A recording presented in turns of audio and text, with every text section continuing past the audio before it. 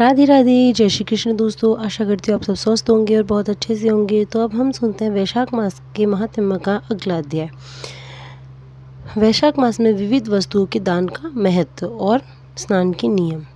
नारद जी कहते हैं, वैशाख मास में धूप से तपे और थके मांदे ब्राह्मणों को श्रमनाशक सुखद पलंग देकर कि मनुष्य कभी जन्म मृत्यु आदि के क्लेशों से कष्ट नहीं पाता।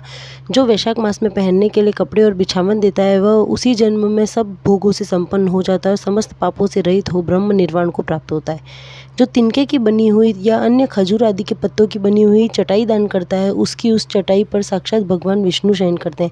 चटाई देने वाला बैठने और बिछाने आदि में सब ओर से सुखी रहता है और सोने के लिए चटाई और कंबल देता है, वह उतने ही मात्र से मुक्त हो जाता है। निद्रा से दुख का नाश होता है, निद्रा से थकावट दूर होती है और वह निद्रा चटाई पर सोने वाले को सुखपूर्वक आ जाती है। धूप से कष्ट पाए हुए श्रेष्ठ ब्राह्मण को जो सूक्ष्मतर वस्त्र दान करता है, वह पूर्ण आयु परलोक में उत्तम गति को पाता है। जो पुरुष ब्राह्मणों को फूल और रोली देता है, वह लौकिक भोगों का भोग भोग कर मोक्ष को प्राप्त होता है। जो खस कुश और जल से वासी चंदन देता है, वह सब भोगों में देवताओं की सहायता पाता है। वो उसके पाप और दुख की हानि होकर के परमानंद की प्राप्ति होती है। वैशाख के जन्म धर्म को जानने वाले जो पुरुष गोरोचन और कस्तूरी का दान करते हैं, वह तीनों तापों से मुक्त होकर के परम शांति को प्राप्त होता है। जो विश्रामशाला बनवा करके प्याऊ सहित ब्राह्मण को दान करता है, वह लोकों का अधिपति होता है। जो सड़क के किनारे बगीचा, पोखरा, कुआं और मंडप बनवाता है, वह धर्मात्मा है। उसे पुत्रों की क्या आवश्यकता। उत्तम शास्त्र का श्रवण, तीर्थ यात्रा, सत्संग, जलदान, अन्नदान, पीपल का वृक्ष लगाना तथा पुत्र, इन 7 को विज्ञ पुरुष संतान मानते हैं। जो वैशाख मास में तापनाशक तक्र दान करता है, वह इस पृथ्वी पर विद्वान और धनवान होता है। धूप के समय मट्ठे के समान कोई दान नहीं है, इसलिए रास्ते के थके मांदे ब्राह्मण को मट्ठा देना चाहिए। जो वैशाख मास में धूप की शांति के लिए दही और खांड दान करता है तथा विष्णु प्रिय वैशाख मास में जो स्वच्छ चावल देता है, वह पूर्ण आयु और संपूर्ण यज्ञों का फल पाता है। जो पुरुष ब्राह्मण के लिए गोघृत अर्पण करता है, वह अश्वमेघ यज्ञ का फल पाकर के विष्णु लोक में आनंद का अनुभव करता है। जो दिन के ताप की शांति के लिए सायंकाल में ब्राह्मण को ऊख दान करता है, उसको अक्षय पुण्य प्राप्त होता है। जो वैशाख मास में शाम को ब्राह्मण के लिए फल और शरबत देता है, उससे उसके पितरों को निश्चय ही अमृत पान का अवसर मिलता है। जो वैशाख के महीने में पके हुए आम के फल के साथ शरबत देता है, वह सारे पाप नष्ट हो जाते हैं। जो वैशाख की अमावस्या को पितरों के उद्देश्य से कस्तूरी, कपूर, बेला और खस की सुगंध से वासित शरबत से भरा हुआ घड़ा दान करता है, वह 96 घड़ा दान करने का पुण्य प्राप्त करता है। नारद जी बोले, धर्म जानने वालों ने श्रेष्ठ मिथिला के राजा के इस अद्भुत घटना को देख करके और आश्चर्ययुक्त होकर के सुख से बैठे हुए ब्राह्मण से यह कहा। मिथिला के राजा बोले, मैंने यह आश्चर्य तथा साधुओं के चरित्र को देख जिस धर्म से इक्ष्वाकु वंश का राजा मुक्त हुआ, उस धर्म को विस्तार पूर्वक सुनने की मुझे बड़ी उत्सुकता है। हे विद्वान, श्रद्धा युक्त मुझे कृपा कर विस्तार पूर्वक कहिए।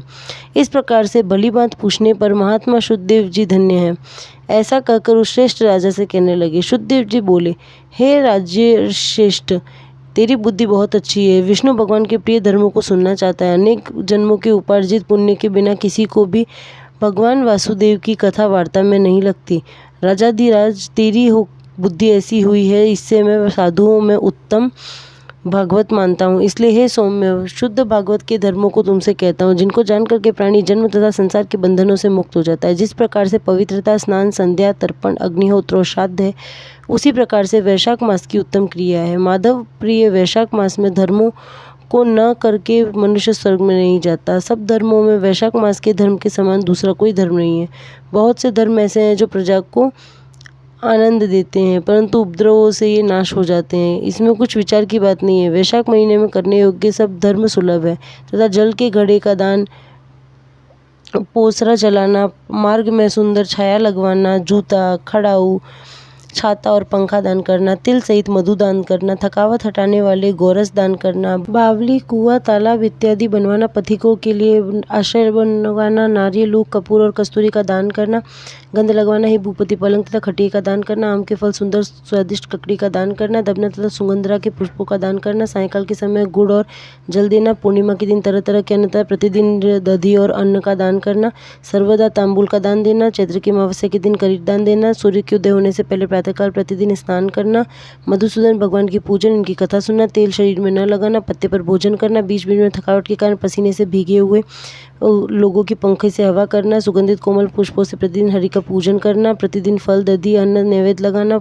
धूप दीप करना, गौ को गोग्रास देना, ब्राह्मणों का पैर धोना, गुड़, अदरक और आंवले का मुरब्बा दान करना, पथिकों की शुश्रूषा करना, चावल और साग का दान करना। हे धर्म माधव के प्रिय, वैशाख महीने में उत्तम तथा भगवान विष्णु को फूल अर्पण करना, समय से इत्यादि हरि का पूजन करना, दही, अन्न तथा नैवेद्य लगाना, ये सब कार्य संपूर्ण पापों को नष्ट करने वाले। यदि स्त्री ब्राह्मणों से कहे हुए धर्म के अनुसार मंदिर या घर में पुष्पों से माधव की पूजा न करे तो वह पुत्र तथा सुख को प्राप्त नहीं करती। हे महात्मन, वह अपनी तथा पति के आयुष्य का नाश करती है। वैशाख महीने में धर्म के सेतु विष्णु भगवान लक्ष्मी के साथ तथा मुनि देवताओं के साथ प्रजा की परीक्षा करने के लिए उनके घर जाते हैं। इस समय जो मूर्ख फूलों से इनकी पूजा नहीं करता वह मूर्ख रौरव नाम के नरक को प्राप्त करके बाद में 5 बार राक्षस की योनि को प्राप्त होता है। इस महीने में भूख से त्रस्त प्राणियों के प्राण बचाने के निमित्त सर्वदा जल तथा अन्न दान करना चाहिए।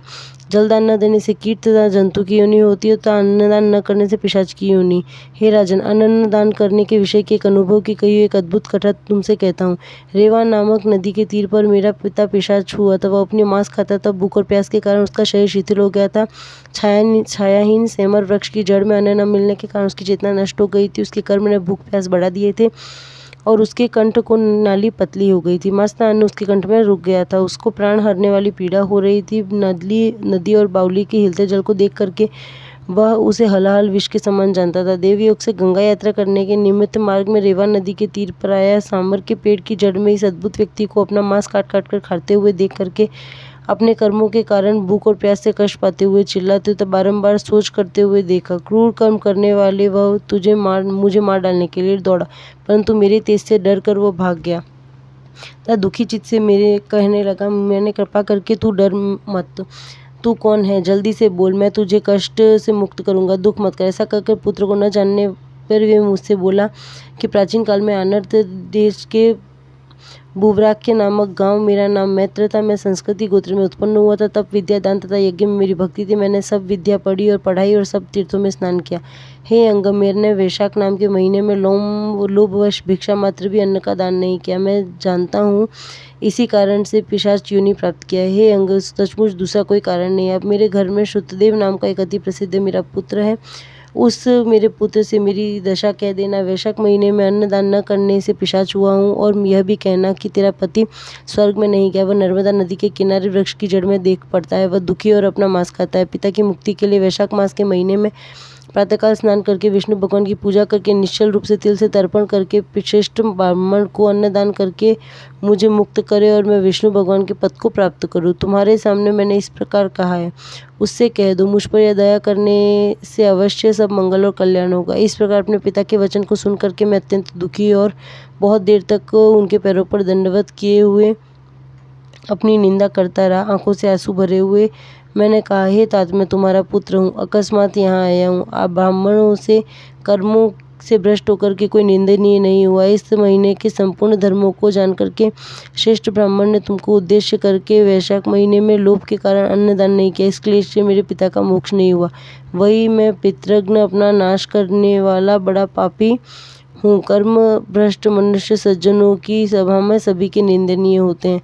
वही पुत्र पुत्रत्व को प्राप्त करता है जो महात्मा पिता के निमित्त सब प्रकार के धर्मों का उद्धार करे और पुनांग नरक से पिता को तारे। वही सुयोग्य पुत्र है। ऐसी वाणी सुनकर के पुत्र से प्रीतिपूर्वक कहा। प्रीति से अंतरात्मा को प्रसन्न किए हुए उसने पुत्र से कहा कि यात्रा करके तुम शीघ्र जाओ और वैशाख मास में सूर्य के मेष राशि में जाने पर स्नान करके विधि पूर्वक तर्पण करके विष्णु भगवान को अन्न का नैवेद्य लगा करके हे अंग, उसको श्रेष्ठ ब्राह्मण को दो, इससे कुल सहित मेरी मुक्ति होगी, तो इसलिए शीघ्र घर को जाओ।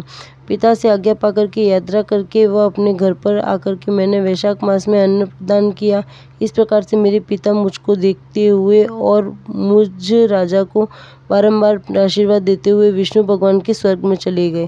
इसलिए वैशाख महीने में अन्नदान करने, ओसरा चलाने की सब शास्त्रों में प्रशंसा की गई है। मैंने तुम्हारे धर्म का सारूप अच्छा धर्म कहा है।